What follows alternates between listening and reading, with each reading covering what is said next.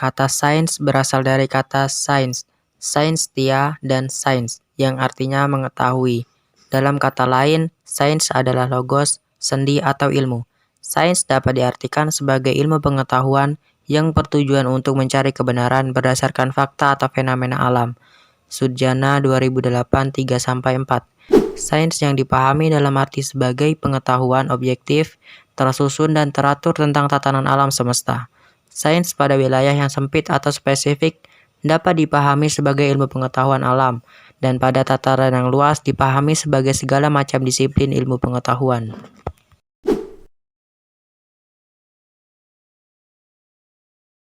Satu, harus tanpa pamrih. 2, universalisme. 3, objektivitas. 4, intersubjektivitas. 5, progresif. Abad ke-15, pengetahuan ilmiah dikuasai oleh sedikit sistem utama yang bersifat statis dan dogmatis, terutama fisika Aristotelian, sistem astronomi Ptolemaic, kedokteran Galen, dan kimia Jabirian, sehingga ilmu pengetahuan menjadi sukar ditempuh dan berkembang. Lebih lanjut, Hasan 2008, benturan agama dan sains telah dimulai sejak saat itu, di mana pemegang kekuasaan tertinggi adalah gereja. Ajaran gereja sangatlah dominan, di mana segala pengetahuan haruslah sejalan dengan Injil. Ilmu pengetahuan dikendalikan oleh gereja dan pendeta atau biarawan. Apabila tidak sependapat, maka dianggap sesat dan akan dibunuh. Hal ini mendorong semangat Renaissance untuk melakukan perlawanan dalam upaya pembebasan akal dari kelangkaan dan belenggu gereja dan menjadikan fakta empirik sebagai sumber pengetahuan dan tidak lagi bertolak pada filsafat Yunani seutuhnya yang menjadi dasar filsafat Kristen dengan Injilnya.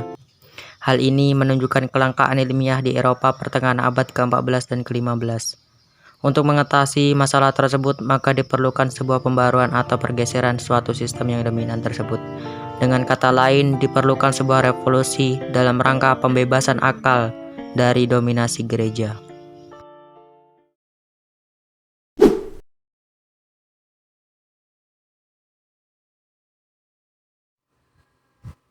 Pengertian agama adalah tata cara yang mengatur peribadahan manusia kepada Tuhan Yang Maha Esa, serta tata cara yang mengatur hubungan manusia dengan manusia yang lain, serta manusia dengan lingkungannya, yang merupakan bagian dari makhluk ciptaan Tuhan. Agama-agama tertentu serta kepercayaan tertentu banyak mempunyai narasi dan simbol serta sejarah suci yang mempunyai maksud untuk menjelaskan berbagai macam makna kehidupan dan menjelaskan asal-usul kehidupan dari alam semesta ini.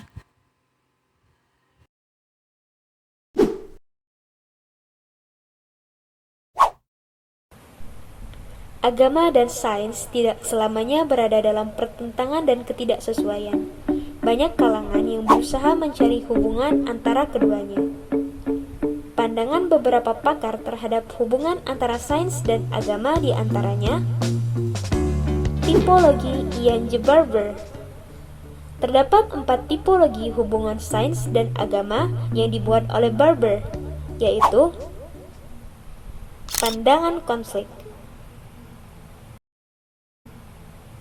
Tipologi konflik menurut Ian J. Barber melibatkan materialisme ilmiah dan literalisme kitab suci. Materialisme ilmiah adalah suatu keyakinan bahwa metode ilmiah adalah satu-satunya cara yang paling benar atau sahih dalam mendapatkan pengetahuan. Sedangkan literalisme kitab suci adalah suatu keyakinan yang menganggap bahwa kitab suci adalah satu-satunya sumber kebenaran mutlak yang bersumber dari Tuhan, sehingga tak memungkinkan bersumber dari yang lain termasuk alam semesta.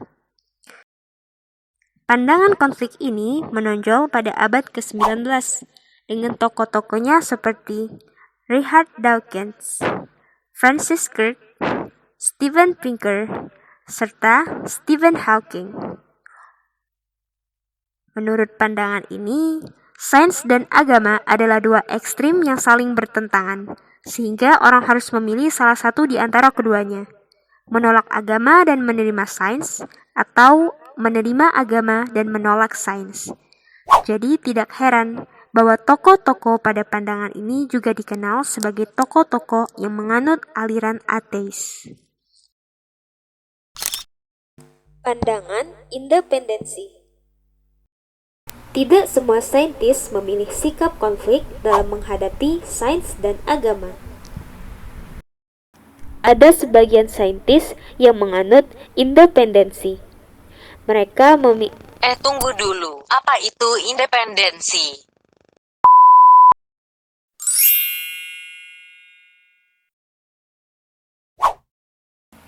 Sebagian saintis yang menganut independensi memisahkan sains dan agama dalam dua wilayah yang berbeda. Baik agama maupun sains dianggap mempunyai kebenaran sendiri-sendiri yang terpisah satu sama lain, sehingga bisa hidup berdampingan dengan damai. Tidak seperti pandangan konflik, pandangan independensi ini lebih lunak dalam menempatkan agama dan sains. Sains hanya mengeksplorasi masalah terbatas pada fenomena alam, sedangkan agama berfungsi memberikan seperangkat pedoman, menawarkan jalan hidup, dan mengarahkan pengalaman religius melalui keimanan. Pandangan dialog. Penganut pandangan dialog ini berpendapat bahwa sains dan agama tidaklah sesubjektif yang dikira. Diakui bahwa antara sains dan agama terdapat kesamaan yang bisa didialogkan, bahkan bisa saling mendukung satu sama lain. Ian J. Barber memberikan contoh masalah yang didialogkan. Masalah tersebut seperti pertanyaan-pertanyaan tentang ilmu pengetahuan yang mencapai tapal batas. Contohnya, mengapa alam semesta ini ada dalam keteraturan yang dapat dimengerti? Ilmuwan dan teolog dapat menjadi mitra dialog dalam menjelaskan masalah tersebut dengan tetap menghormati integritas masing-masing. Salah satu pendapat saintis mewakili jawaban dari pertanyaan tersebut adalah Albert Einstein, yang mengatakan bahwa Science without religion is lame. Religion without science is blind. demikian pula pendapat David Tracy, seorang teolog Katolik. Pandangan integrasi. Pandangan ini melahirkan hubungan yang lebih bersahabat daripada pendekatan dialog dengan mencari titik temu di antara sains dan agama. Sains dan doktrin-doktrin keagamaan sama-sama dianggap valid dan menjadi sumber koheren dalam pandangan dunia. Bahkan sains dapat meningkatkan keyakinan umat beragama dengan memberikan bukti ilmiah atas wahyu. Sebagai contohnya adalah Maurice Bucaille, seorang ahli beda ternama Prancis yang kagum dengan kebenaran Al-Quran. Pada tahun 1975, ia pernah meneliti mumi Fir'aun. Hasil akhir yang ia peroleh sangat mengejutkan. Sisa-sisa garam yang melekat pada tubuh sang mumi adalah bukti terbesar bahwa dia telah mati karena tenggelam. Hal ini tentu membuatnya sangat terkagum. Mumi tersebut baru ditemukan sekitar tahun 1898, sementara Al-Quran telah ada ribuan tahun sebelumnya. Menurut Hall, hubungan agama dan sains diawali dengan titik konflik antara agama dan sains. Untuk mengurangi konflik, dilakukan pemisahan yang jelas batas-batas agama dan sains agar tampak kontras antara keduanya. Langkah berikutnya adalah mengupayakan agar keduanya berdialog.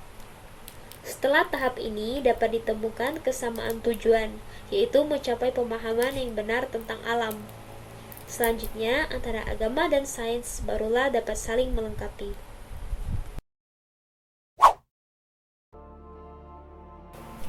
Islam adalah agama yang sangat menganjurkan umatnya untuk mengerahkan segala kemampuannya dalam menggunakan akal, serta memikirkan segala apa yang ada di alam semesta ini.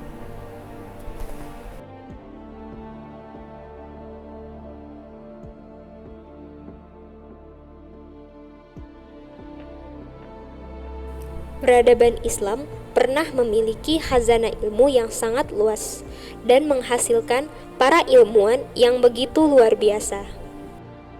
Salah seorang ilmuwan muslim termasyhur yaitu Ibnu Sina mengatakan, Sebuah sains bisa disebut sebagai sains yang sejati apabila ia menghubungkan pengetahuan tentang dunia dengan pengetahuan prinsip ilahi. Islam menyamakan pencarian ilmu pengetahuan dengan ibadah. Islam memandang sains dan teknologi terkait dengan konsep tauhid, yaitu merupakan satu kesatuan dengan cabang ilmu pengetahuan yang lainnya. Keterkaitan ini menyiratkan kesakralan mencari ilmu alam bagi umat Islam. Karena alam sendiri dalam Al-Quran merupakan kumpulan ayat tanda-tanda kebesaran Tuhan.